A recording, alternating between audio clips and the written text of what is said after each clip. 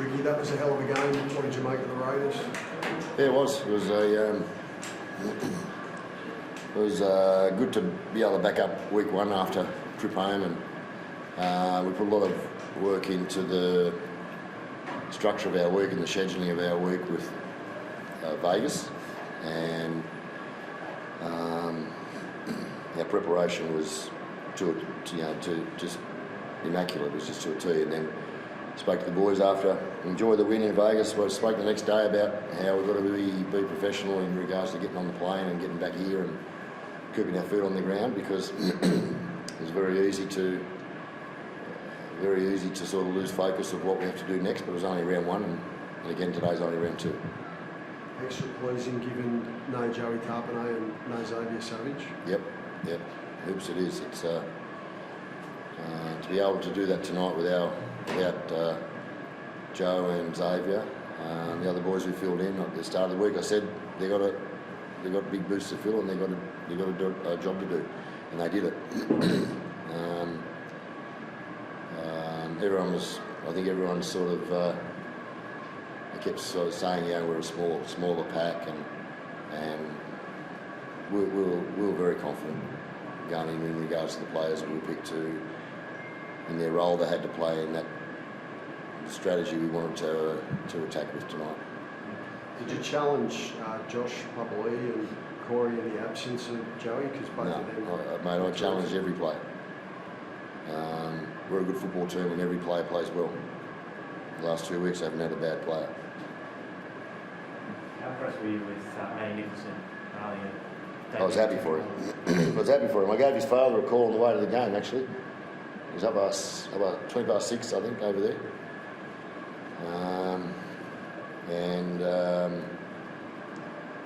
He'd already been up. I think he was as excited as Matty. And so on the way to the game, I had a good chat to Jason, and I could sense how proud he was. And he said he won't let you down. I said that's why I picked him. And he never did. He was wonderful tonight, Matty Nicholson. He was look, I had to make a decision between him and Hosco for round one. It was I wish someone else could tell the boys if they're out, because I hate letting them down. I hate disappointing them. It's my hardest job of the week, and I just don't enjoy it. But you got to do it. It's part of the job, and I knew there's other blokes there so upset they're not playing too, but it's bloody hard. But he was upset in Vegas, and Andrew Bishop said it in our breakfast yesterday morning, the debutant breakfast, that the way he handled the preparation, being outside the 17, showed how good a bloke he is. In our scrimmages and our opposed work, he was professional and helped the boys prepare as best they could with him knowing he's not going to be there. And then it was nice to be able to tell him this week that he's going to be playing. So, was it part of the plan to keep Reece Walsh out of the game, because he was basically anonymous for the entire match? He was what? Basically anonymous. Didn't have much of an impact. No, we didn't play much about him at all. Must have been sort of happy. What does it say about Zach's versatility, the way he seems to slide into the middle? Yeah, you asked me yesterday, and obviously, David, I couldn't say only what we're going to do and how we're going to do it, but it's amazing what it does for a football team, and probably a good question for Jamal. It's amazing from a coach sitting on the sideline, it's amazing what he can do for a football team, being that edge player. Then he can move in, he can play 13 for you, and then through Morgan on there, and he moves up and plays front row. There has not been a bad player over the last 2 weeks. I'm not going to single out anyone. But I'm happy for Zach, because his 2 games over the last 2 weeks have shown you what we missed last year with him. He was one of the best boys in the competition this time last year after about 4 or 5 rounds. Jamal, a lot of people would have thought that Vegas trip would have taken a bit out of you and the boys, but that energy and enthusiasm out there tonight was relentless, if you ask me. How did you and the boys sort of bring that turnaround to put that performance, out there for the home crowd tonight? Yeah, I think our high performance team, Stick and Doc, put in a good plan for us on the travel back, making sure that we're trying to get sleep at a certain amount of time on the way back on the plane, so that when we touch back down in Australia, we're not losing a day or two trying to get rid of the jet lag and all that kind of stuff. And obviously, the way Stick coaches, he knocks it on the head pretty quick and makes sure that, just because we won in Vegas doesn't mean we're going to roll into Broncos and get another win. So pretty much very professional. Once we got back to Australia, we knew we were playing up against a pretty red-hot Brisbane Broncos team, and I think the belief that we have in our squad at the moment, we just got to focus on ourselves and making sure that we get to the sideline physically and mentally ready to go after teams, and I think we've done that the last 2 weeks, and we've only played 2 games, and there's a whole season to go, and our challenge this year is to be consistent.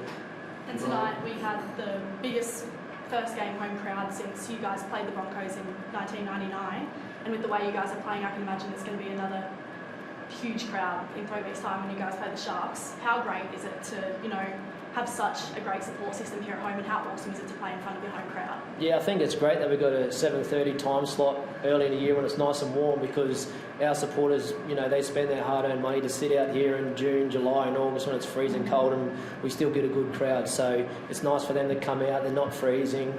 They support us no matter who we play, no matter how we're going. And us as a club and players and coach and stuff, we know we got the best supporters in the comp. So it's good that we can get a positive result for them first home game, but we've got to back that up next week and the following week.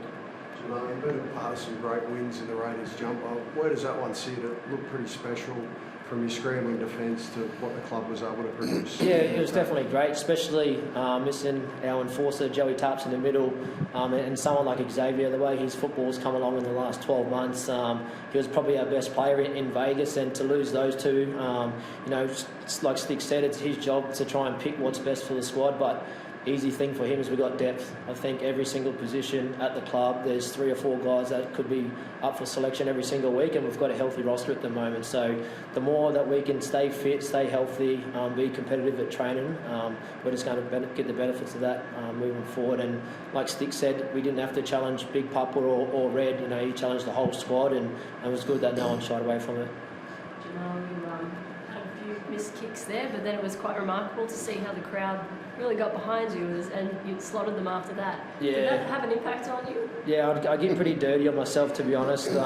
Especially because I put so much time into my goal kicking with Jared Croker and Andrew Bishop, and then obviously my general play kicking with Bish and Ethan Sanders and Strangey and Adam Cook. We're always probably doing 3 or 4 kicking sessions a week, so I know I can kick nicely. And tonight I shanked a couple and put us under pressure, and obviously led to a couple of Broncos tries, and I'll fix it up this week coming. You got a responsible crowd, so that was good, right? Yeah, that's good. It's good when we're winning. Probably wouldn't be so nice if we were on the other end of it, but yeah, it's good they get behind a couple of the kicks, but also our team. Thanks, guys.